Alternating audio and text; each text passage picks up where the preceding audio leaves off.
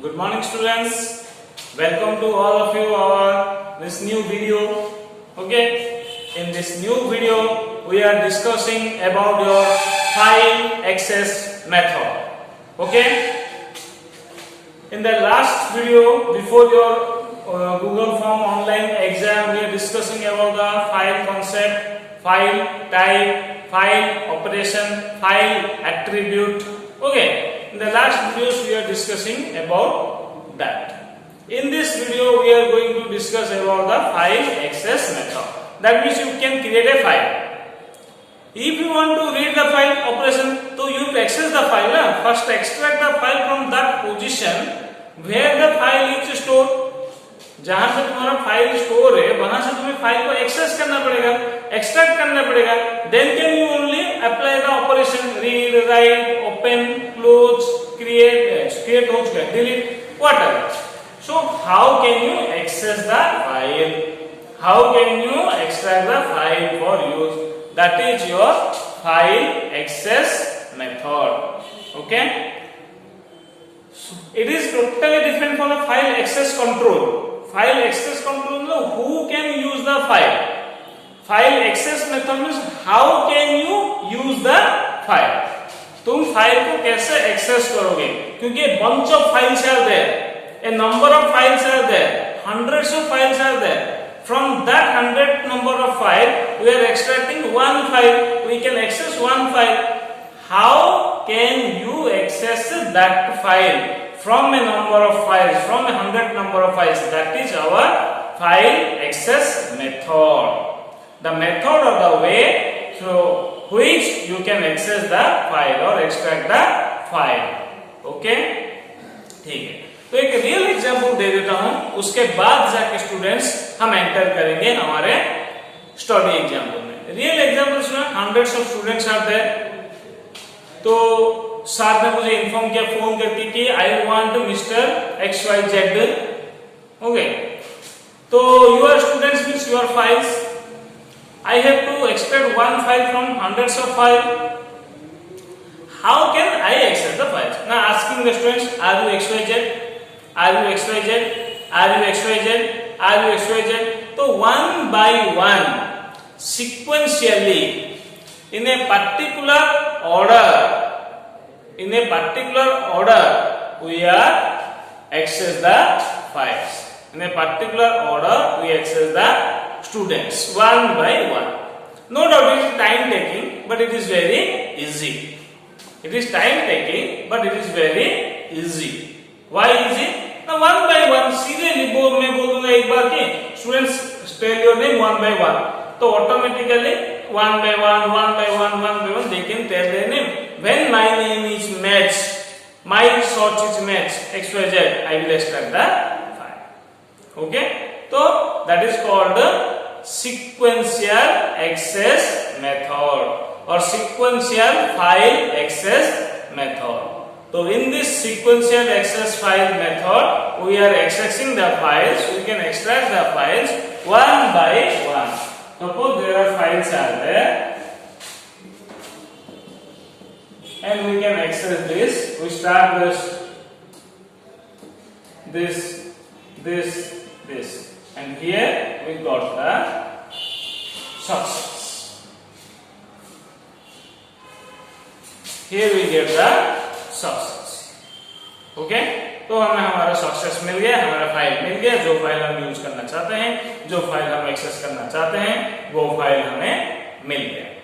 Okay, ठीक है. तो this is called your sequential file access method. बहुत इजी है सर, सीक्वेंशियल एक के बाद एक. लेकिन स्टूडेंट्स इसमें बहुत सारे डीमेरिट भी हैं. 5 स्टूडेंट्स हैं, ठीक है, 100 स्टूडेंट्स हैं, ठीक है, lakhs of students are there, thousands of files are there. How can you access one by one after another sequentially? It is very difficult to access one file sequentially in order if the number of file is increased. अगर हमारा number of file increase हो गया, number of students increase हो गया, then it is very difficult to access the files, one file from a bunch of files or thousands of files. Okay, so in that case sequential file access method is not a good one. not a good technique, then what happens, sir? Now we are going for another access method. We are going for another technique, that is called your direct file access method. So there are three types of sequential access methods are there. Access methods are there.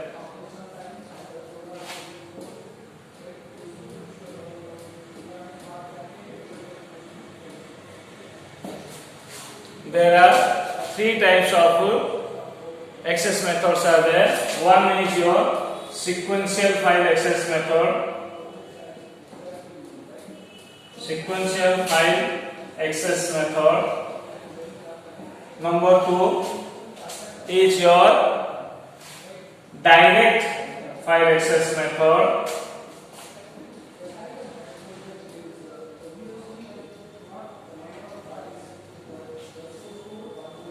And number 3 is your index sequential file access method.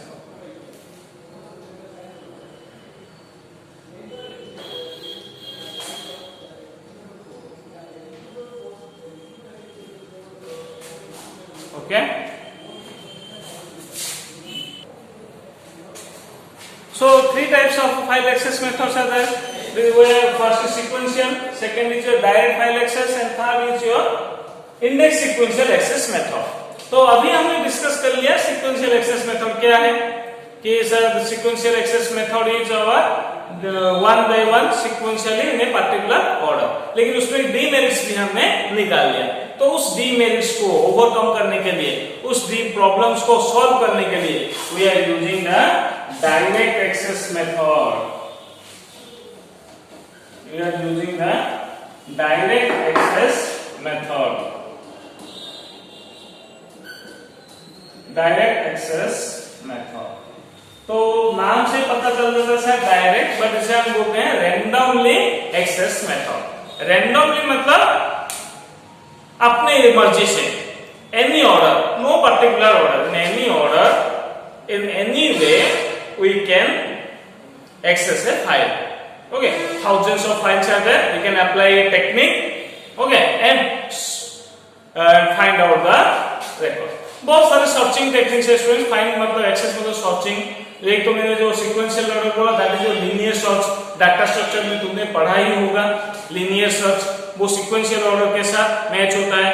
तुम्हारा जो बाकी जो searching है, जैसे कि जो binary search, okay, any type of searching is there, and you can randomly, not in a particular order, randomly you can select a file, access a file. That is called your direct access of file method. तो ये सब सुनने में आसान लग रहा है, easy लग रहा है, क्योंकि सर बहुत सारे स्टूडेंट उसमें से हम डायरेक्टली लेकर एक्सट्रैक्ट कर लेंगे. तो जिससे हमारा जो वन बाय वन जो हम टाइम वेस्ट कर रहे थे, हमें जो डिफिकल्टी फेस हो रहा था, नंबर ऑफ फाइल्स अब इंक्रीज हो गया, तो वो नहीं होगा. ठीक है स्टूडेंट, डायरेक्ट एक्सेस तो हो गया, लेकिन how can you directly access the file? तो to implement one of the technique, हमें कुछ भी एक टेक्निक इम्प्लीमेंट करना है, एंड वो टेक्निक इम्प्लीमेंट करने के बाद ही जाके हम उस फाइल को एक्सेस कर सकते हैं.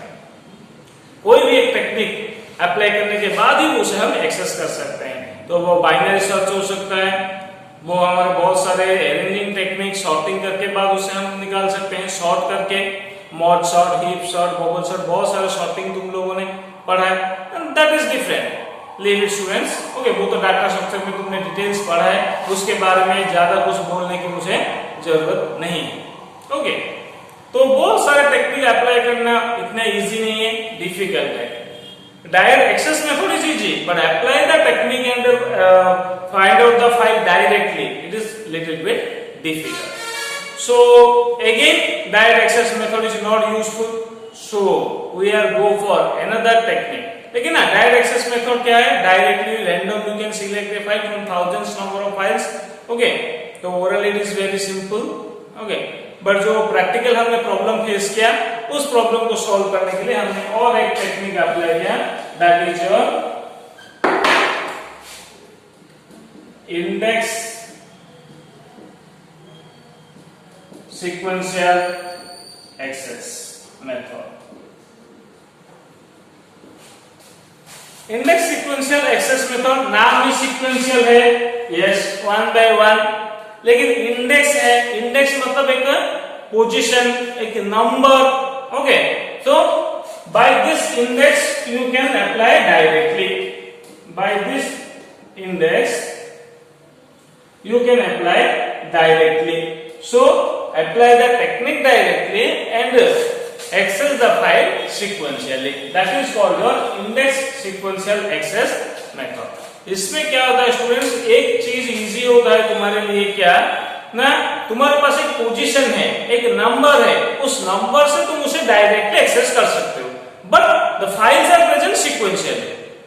Files are present in particular order, you have to go also in particular order, but 1 by 1 ना जाकर, क्योंकि हमारे पास इंडेक्स पोजीशन है, हम उस फाइल को डायरेक्टली एक्सेस कर सकते हैं।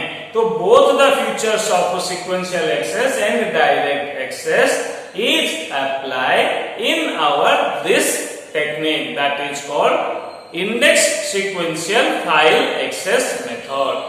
The best example of index sequential file access method is our book. Book में स्टूडेंट्स सीरियली सीक्वेंशियली हमारे सारे टॉपिक्स हैं, लेकिन सपोज तुम्हें बाइनरी सॉर्ट चाहिए, बाइनरी सॉर्ट तो कोई लिखा नहीं होगा, सॉर्ट है, सॉर्टिंग है, उसके अंदर है, ओके।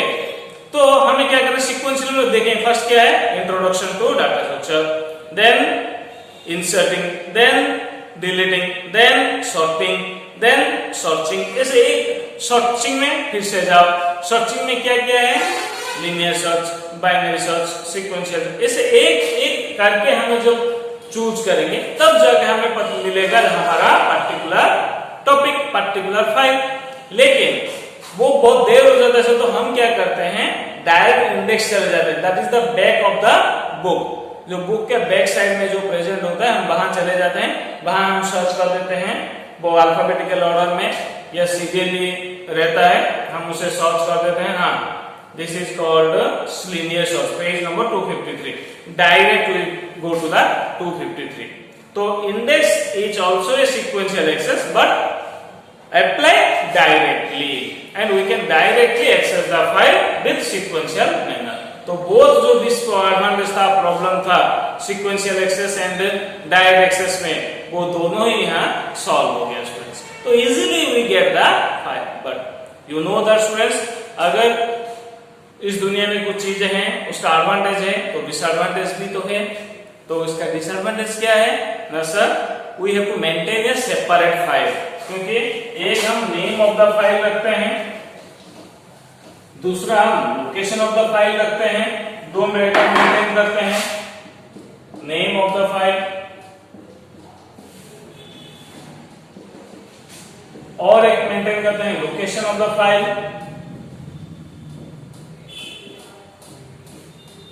हमें और एक रिकॉर्ड मेंटेन करना पड़ेगा, that is your index table of the file. जितने भी तुम्हारे फाइल्स हैं सबका मुझे एक इंडेक्स टेबल मेंटेन करना पड़ेगा, ठीक है।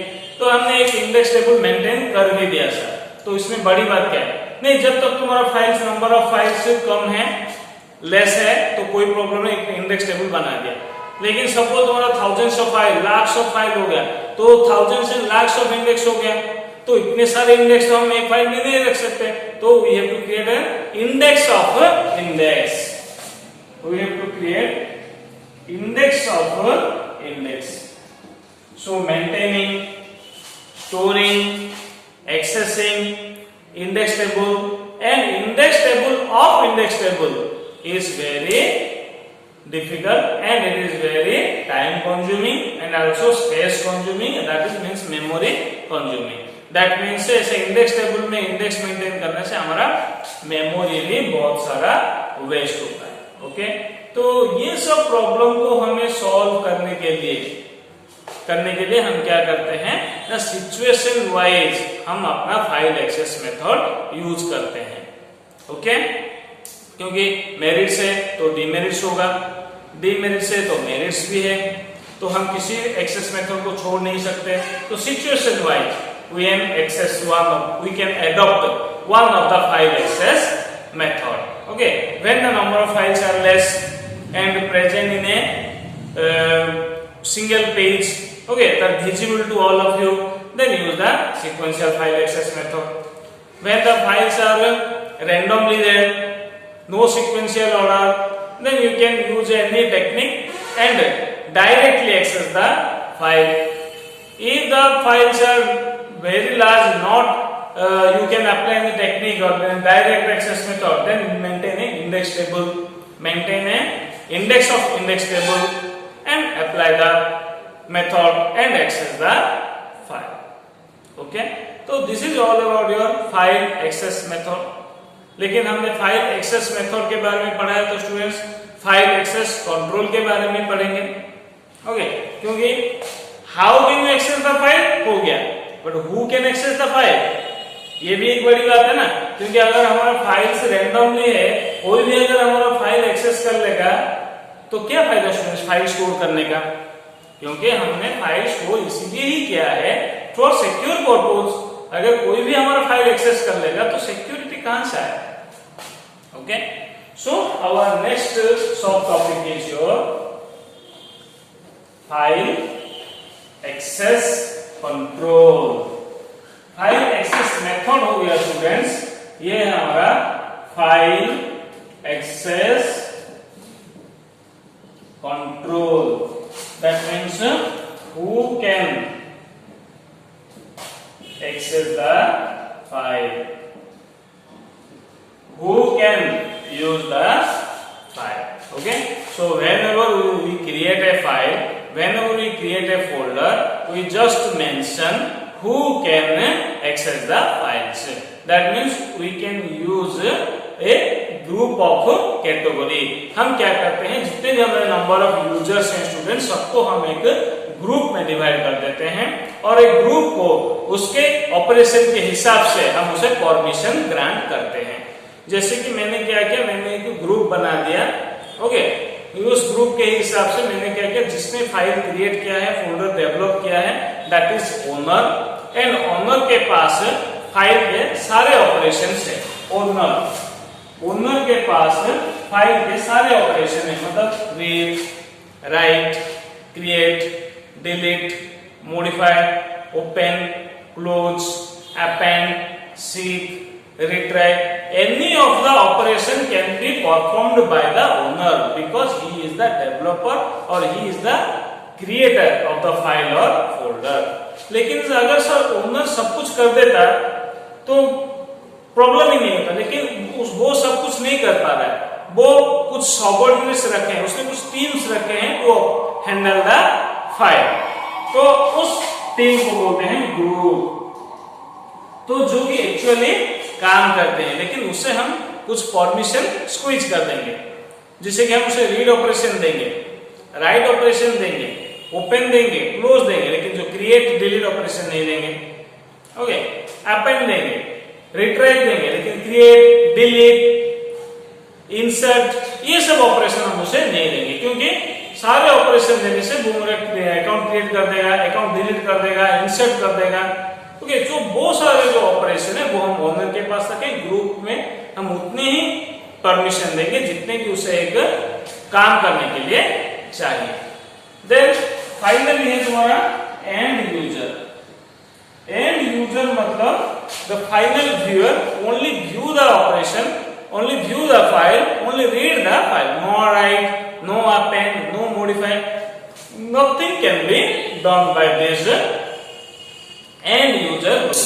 इसीलिए उसे end user group बोलते हैं स्टूडेंट, अदरवाइज ये यूजर ही बोलते हैं, लेकिन डेवलपर भी यूजर ही है, जो डेवलप करता है वो भी यूज करके ही करता है ना, इसलिए वो भी यूजर है, लेकिन ये यूजर सिर्फ देखता है, सिर्फ यूज करता है सॉफ्टवेयर, तो that's why it is called end user, final user. Okay, तो ठीक है स्टूडेंट्स, तो उसका एक रियल एग्जांपल है bank. Best example is bank. When you go to bank you can create a bank account, the cashier will not be create the account, the branch manager, the general manager will create the bank account because he is the power to create an account and to delete an account.